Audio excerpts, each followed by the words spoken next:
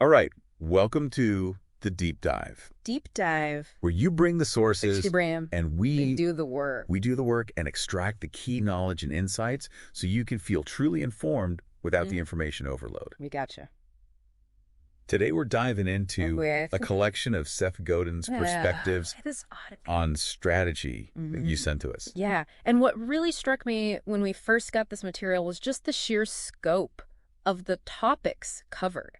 Oh, absolutely. It really goes all over the place. It goes from our relationship with time to the systems that kind of run the world behind the scenes to the roles of empathy and all the different kinds of games that we are constantly playing. It's funny you say that because the source material starts with these really diverse examples. Oh, yeah. It uses Charles Wilson, the artist B.O.K.D.O.K., trying to carve out his path.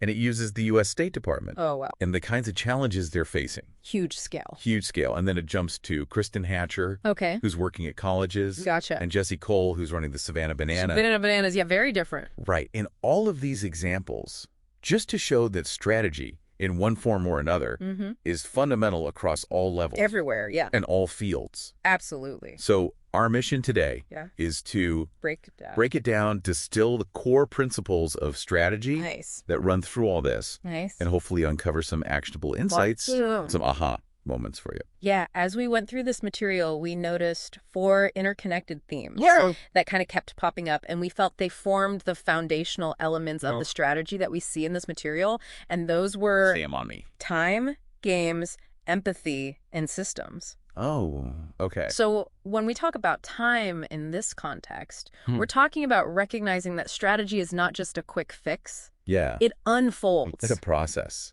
It's a process. It evolves over time. Yeah. Kind of like cultivating a garden. I like that. And then you have games. Right. And every strategic situation, according to this view, involves a game Interesting. with players, rules, scarcity, choices, feedback loops, and outcomes. Wow. You really broke that down. Yeah. Well, we're talking about games here. Right. But the cool thing is thinking about strategy through this game lens can actually help us detach emotionally from the situation. Oh, that's interesting. And become a little bit more adaptable. Okay. Yeah, that makes sense. Then we've got empathy, which is super important because the source really hits on this idea that, other people... Not like you. They are not like you. They don't see the world the way you do. Right. They don't want the same things that you want. Exactly. So understanding their perspective is crucial for any strategy to, actually grow and take root. To really connect. Yeah, to really connect. Okay, that makes sense.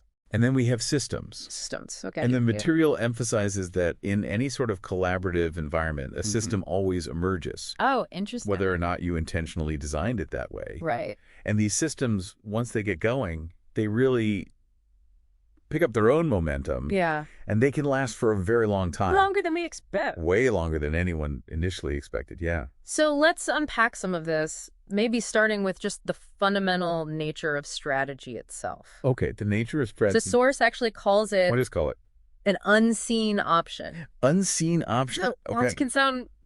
Kind of mysterious? Yeah, a little bit like, almost too out there or something. Right, like maybe it's this complex thing that's beyond our reach. Right. But actually, the source argues that it's something that's accessible to everyone. Okay. And the cool thing is, once you get a handle on this strategic perspective, the next steps... They become more... They become clearer, Clear. And you can start to make better plans.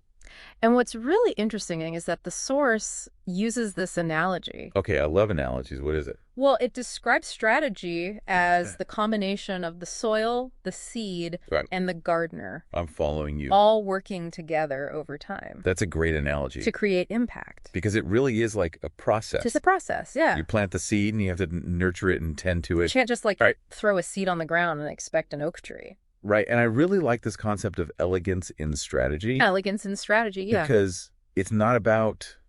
Brute force. Brute force. Yeah. It's not about... It's overwhelming. Overwhelming. It's really... It's about being smart. It's about being smart. Yeah, it's about simplicity, efficiency, and effectiveness. And you get more impact with less friction. The source uses this image of a barefoot runner who's not expending more energy than everyone else. Right. But they're moving with greater speed and grace. Yeah. And that's kind of the leverage that an elegant strategy provides. Yeah. So I think it's helpful to think about, like, what are the characteristics of these elegant strategies? That's a good point. And we learned that the first one is that they get stronger as they grow. Yeah, so they're sustainable. They're sustainable. Not just like a flash in the pan. Exactly. The second is that they prioritize building systemic advantages. So it's not about the heroic individual effort. It's not about one person coming in and just, saving the day. Yeah, it's about creating a framework that just consistently produces. That's a much better approach. It is. And the third is that they are simple to explain, but difficult to stick to. That's interesting. So the idea is, like, you can communicate them clearly. You can get it out there, yeah. But to actually maintain that over time, with all the pressures and competing interests, is difficult. It is. So I think the key takeaway there is aim for scalable growth. Scalable growth, right? Build lasting advantages. To build those systems. And be prepared for the long haul. Long game. Yeah, long game. So we've talked about time, we've talked about games, right. We've talked about empathy. Yeah. Now, let's shift gears to this idea of systems thinking, which the source really seems to put at the center of this whole framework. I mean, it is interesting to think about. It is, yeah. All these systems that are kind of invisible, but they have this huge influence. Huge, like really persistent influence. They do. So the source uses this really helpful analogy. Okay, I like analogy. Of trying to change a road network. Versus renovating a building. A single building. So it's easy enough to renovate a building. Relatively speaking, yeah. Right, but changing the network of roads and connections. Way harder. Way harder. Yeah. And that really illustrates that stickiness. That stickiness of systems. Yeah. And then it uses the other great analogy of a river. Instead of trying to build a dam to redirect the entire river. Which is a huge effort. Which is just this... And often fails. Yeah, just a massive, probably failing project. Right. It's better to dig a small channel. That aligns with the flow of the river. Working with the existing. Yeah, so you're working with the river instead of against it. Exactly. Making it easier for the current to just gently flow in a new direction. That's so smart. It is. And it's kind of elegant. It is. It's not about this brute force, domination. Right. It's about being smart.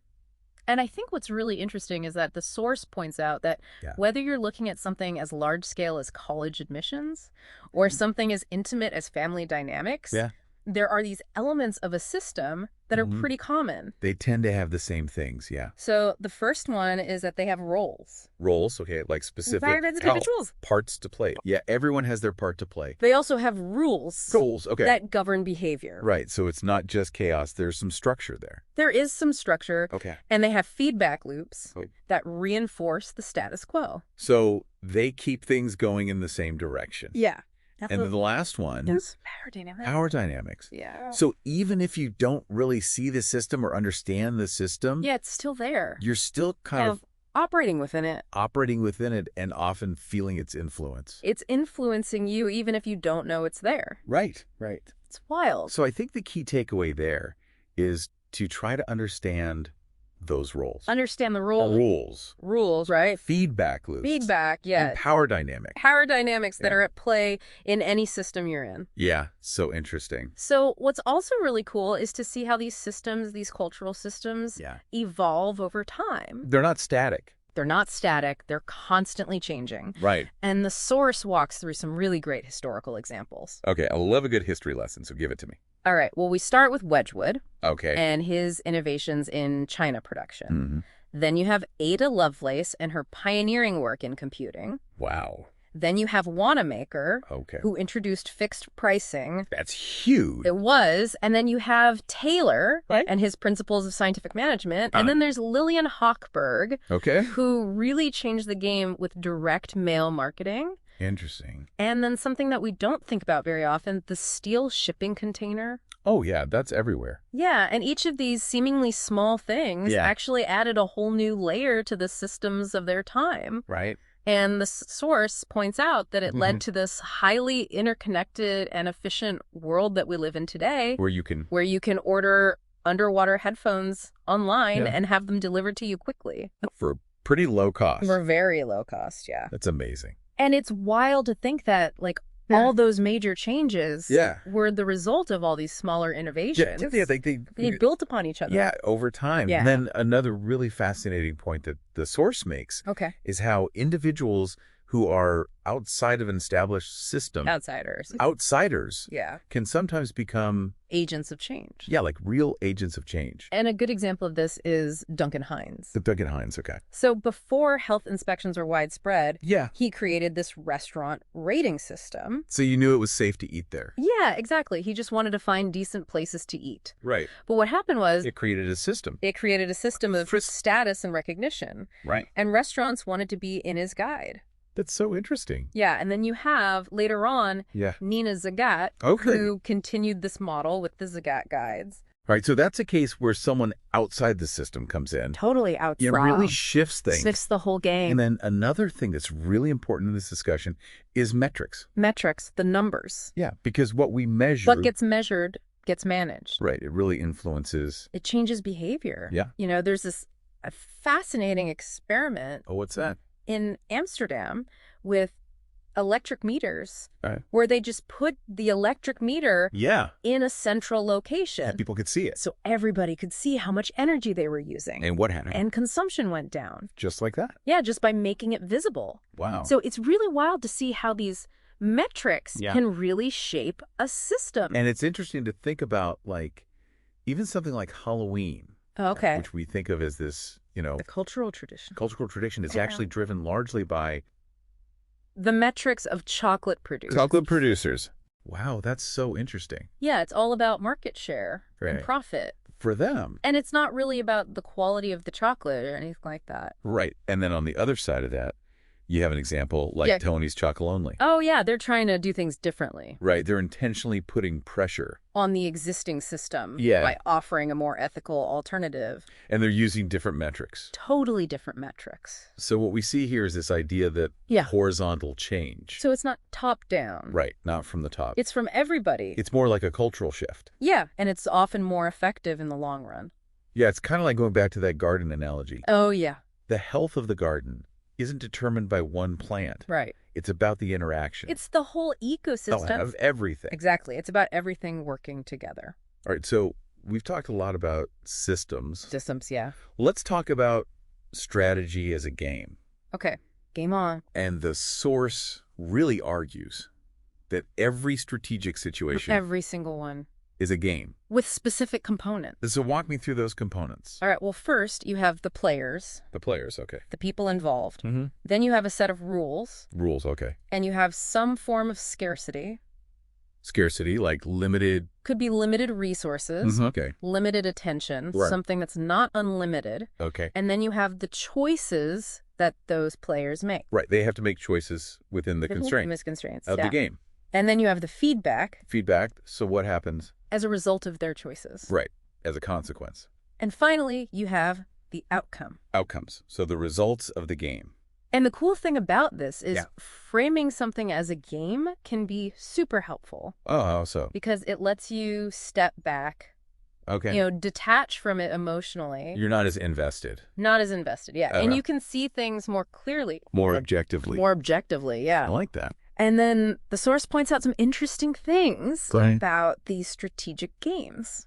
So what are some of those truths? All right. Well, for one thing, actions that might give you short-term gains could actually lead to long-term losses. So you got to be careful. You do. Short-term thinking. Sometimes backfires. Yeah, and really backfire. And sometimes what's interesting is actively helping others can be the best path to your own victory. That's interesting. It is, yeah. Okay. And another point the source makes is that larger games are often made up of smaller games. Smaller, interconnected games. Wow. So there's like games within games. Games within games. It gets complex. Okay. So I think a key takeaway here is to think beyond the immediate wins and losses and see the bigger picture. The bigger picture, yeah. So what else is important to remember about these games? Well, for one thing, a lot of them aren't fair. That's true. Yeah, and some of them might even be unwinnable. Unwinnable. Yeah, like no matter what you do, you're not going to win. So how do you even know which games to play? Well, that's a good point. Right. And the thing is, the skills that might be valuable in one game might be totally irrelevant. Or even a detriment. Or even a detriment in another game. Wow. Yeah. So you can't just apply the same strategy. The same strategy to every situation? To every situation, yeah. Okay. And the difficulty can change as you go along. So like you're playing the game. You're winning. You're winning. Suddenly it gets harder. It gets harder. Yeah. Okay. But the source also says that you always have a choice. This is important. Yeah. You can choose not to play a game. You can opt out. You can opt out. Okay. And I think what's also interesting is that sometimes it looks like a two-player game. Yeah, like a simple head-to-head. But actually, it's multiplayer. It's way more complex. Way more complex. There are people behind the scenes. Doing the strings. Yeah. Yeah. So you really have to assess the game. Understand the rules. Values are important, and know your odds. Know your odds. Yeah. Okay, so that's strategy as a game. Strategy as a game. Now let's talk about how we actually develop that strategic mindset. Okay, so how do we actually do this? Right, because it's one thing to understand these concepts. Yeah, to have the knowledge. But how do we put it into practice? How do we use it? So the source emphasizes that it's about connecting our goals to insight. To genuine insight, yeah. And that insight really comes from understanding a few key things. So what are some of those things? Okay, well, first, you have to figure out who gains status, affiliation, and power from your success. So it's understanding their motivations. Exactly. Why are they supporting you? Okay. What's in it for them? Yeah. And then you have network effects. Network effects. That's a big one. It is, yeah. So how does initial support translate into broader adoption? Broader adoption and growth. And then also, what knowledge do you need? What do you need to learn? Yeah. And who are the right people to work with? Right. Who are your collaborators? Who can help you fill in the gaps? And then you have to think about the dip.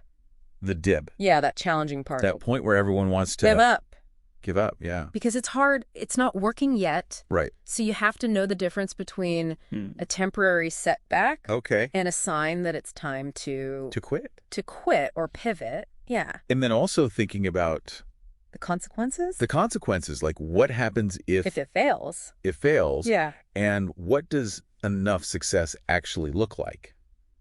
Defining success. Yeah, defining success. Yeah. Because it's not just about getting a job.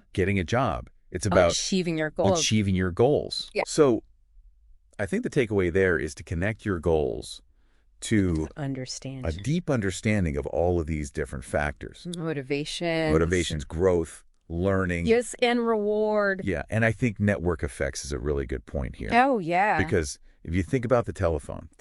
In the early days. Yeah, early days. It took a long time to achieve adoption. It did, yeah. Because its value is directly tied to how many other people had it. Had a phone, yeah. So the more people had it. The more valuable it became. Right, the more valuable it became. Yeah. And if you compare that to something like Facebook. Yeah, which got to 1 million users. Way faster. Yeah, because of that social connection. That built-in network effect. Right, that built-in network effect. And then today you have someone like Mr. Beast. Who can achieve viral reach. Instantly. Because of how interconnected everything is. Yeah. So it's not that everything needs to have that kind of universal adoption like the telephone. Right. But understanding those network effects is still super important. Yeah, I think the takeaway there is that strategies that leverage those network effects can grow exponentially. Yeah, they can just explode. Yeah, it's amazing. And then I thought this idea of desert island mythologies. That's a good one. Was really interesting because it's about challenging those assumptions we have. But what's essential? Yeah, like we think they're true. But maybe they're not. Yeah. So like the example the source gives is retirement savings. Like everyone needs to save enough to retire. Right. Is that really true? Is that really true for everyone? For everyone, yeah. In every situation. Yeah. Maybe it's just maybe it's a cultural construct? A cultural construct. Yeah, that's interesting. So I think the takeaway there is to question your assumptions. To question those assumptions. Yeah, to really dig deep. And then another point that's made is Patience. Yeah. Which is something we don't often talk about. We want everything now. Yeah, we want everything now. Instant gratification. So the example the source gives is Justin Kabilka, who breeds ball pythons. And he's had this remarkable success. Yeah. Because of his patient. His long-term vision. And he was willing to reinvest. Reinvest his profits. Yeah, even when people were offering him huge sums. Huge sums for individual snakes. For these rare snakes, yeah. But he knew that if he was patient, yeah, he could build something. Something bigger. Yeah, so much bigger. So I think the takeaway there is that big achievements often require a long-term perspective. A long-term perspective. And that patience. And that discipline. And discipline. Yeah. To delay gratification. It's hard, but it's worth it. It is hard, but it's worth it. And then there's this idea of creating the conditions for systemic change. Systemic change. Yeah. And the source uses a really good example. Okay. Elizabeth Dole. Okay. And her work on seatbelts. Okay. And airbags. Right. So she strategically aligned the interests of the car manufacturers and the insurance companies. Right, which you wouldn't think would go together.